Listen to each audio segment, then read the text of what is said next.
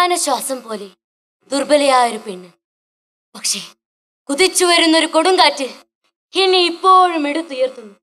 ആയിരം ആയിരം പെണ്ണുങ്ങളുടെ ചിതറിത്തെറിച്ച ശരീരമായി ഞാനിതാ നിങ്ങളുടെ മുന്നിൽ. ഞാൻ ഇറോം ശർമിള ചാനു. 10 വർഷങ്ങളായി ഒരിറ്റു വെള്ളം കുടിക്കാതെ, ഒരു പിടി വറ്റ് തിന്നാതെ. എന്തിനാണെന്നറിയോ? കേൾക്ക് കേൾക്ക്, തോക്കിന്റെ ഗർജനം, പൊട്ടിപ്പിളരുന്ന കരച്ചിൽ. 10 വർഷങ്ങൾക്ക് മുമ്പ് നവംബർ 1-ാം തീയതി ഇരച്ചു പാഞ്ഞു വന്ന പട്ടാള വണ്ടി ബസ് കാത്തിരുന്ന മണിപ്പൂര് മനുഷ്യർക്ക് നേരെ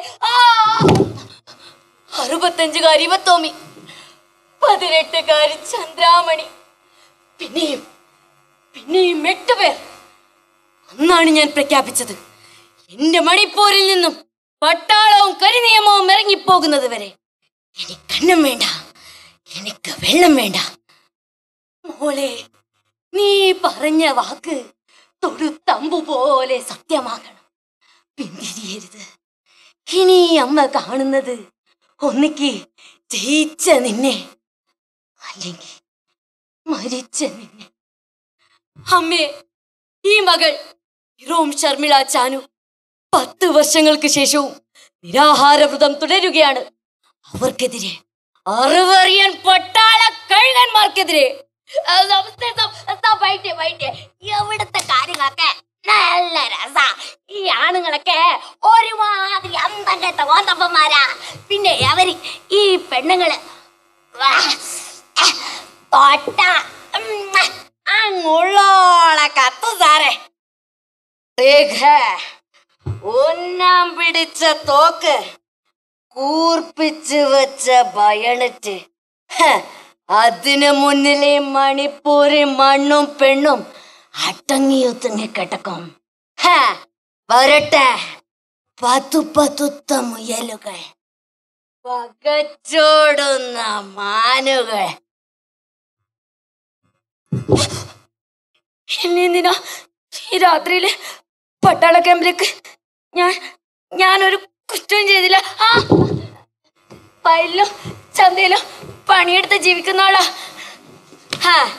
ഞങ്ങൾ ഒരു കൊത്ത പട്ടാളക്കാർ, നീയൊരു മണിപ്പൂരി വരാര്. ഞങ്ങൾക്ക് നിന്നെ മാറി മാറി ചോദ്യം ചെയ്യണം. വാ, ഇതാ ഞങ്ങളുടെ മനോരമ. ദേഹത്ത് ഒരു ചീന്ത തുണിച്ചിട്ടില്ലാതെ ചോരയിൽ കുളിച്ച് ഈ 9 കുന്നുകളുടെ മതിൽക്കെട്ടിനുള്ളിൽ ആടൊരുത്തൻ ആരുമില്ലേ? ഇത് കാണാൻ ഇല്ലേ? വേണ്ട, ഞങ്ങള് തന്നെ മതി. പെണ്ണുങ്ങൾ, മണിപ്പൂരി പെണ്ണുങ്ങൾ. പെണ്ണുങ്ങളെ, എന്തോ ചെയ്യും നിങ്ങൾ? പട്ടാളത്തോടെ ഏറ്റുമുട്ടാൻ എന്തോ ഉണ്ട് നിങ്ങളുടെ കയ്യില്? കറിക്കത്തിയ, മരത്താവ്യ ഉണ്ട്.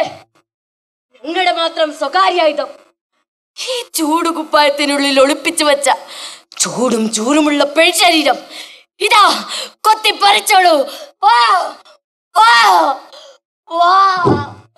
കൊതി തീരാത്ത കാട്ടാള പട്ടാളമേ.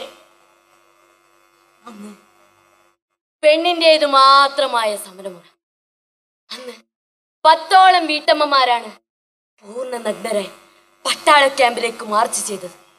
പക്ഷേ ഒന്നും തീർന്നിട്ടില്ല. തീപിടിച്ച സമരങ്ങൾ ഇനിയും നടക്കും. അതിനു മുമ്പ് എനിക്കാ പഴയ പോരാളിയെ കാണണം.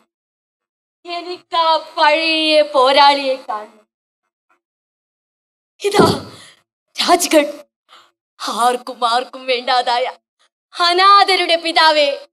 ഇതാ ഞാൻ വന്നിരിക്കുന്നു നിന്റെ വഴികളിലൂടെ. ചരിത്രത്തെ നടുക്കിയ ആ 3 വെടിയൊച്ചകൾ, പ്രാർത്ഥനായോഗത്തിലേക്കുള്ള വഴി അങ്ങേ വീഴ്ത്തിയ ആ 3 വെടിയുണ്ടകൾ. Bharat Mata key Hera. അത് വിദേശിയിൽ നിന്നായിരുന്നില്ലല്ലോ ബാബ, നാട്ടുകാരൻ്റെതായിരുന്നില്ലേ? നാട്ടുകാരൻ്റെ നായാട്ടാണ് ഇന്ന് എന്റെ മണിപ്പൂരിലും. ബാബ, കണ്ണു തുറക്കൂ ബാബ, പട്ടികുത്തി എഴുന്നേൽക്കൂ. എനിക്ക് വേണം അങ്ങേ എന്റെ മണിപ്പൂരിലേക്ക്. വെടിയൊച്ചകൾ മുഴങ്ങാത്ത പെൺകിടാങ്ങൾ പ്രഭാതരശ്മികളെ പോലെ നിർഭയരായി നടന്നു നീങ്ങുന്ന എന്റെ മണിപ്പൂരി ഗ്രാമങ്ങളിലേക്ക്. നന്ദി, നമസ്കാരം.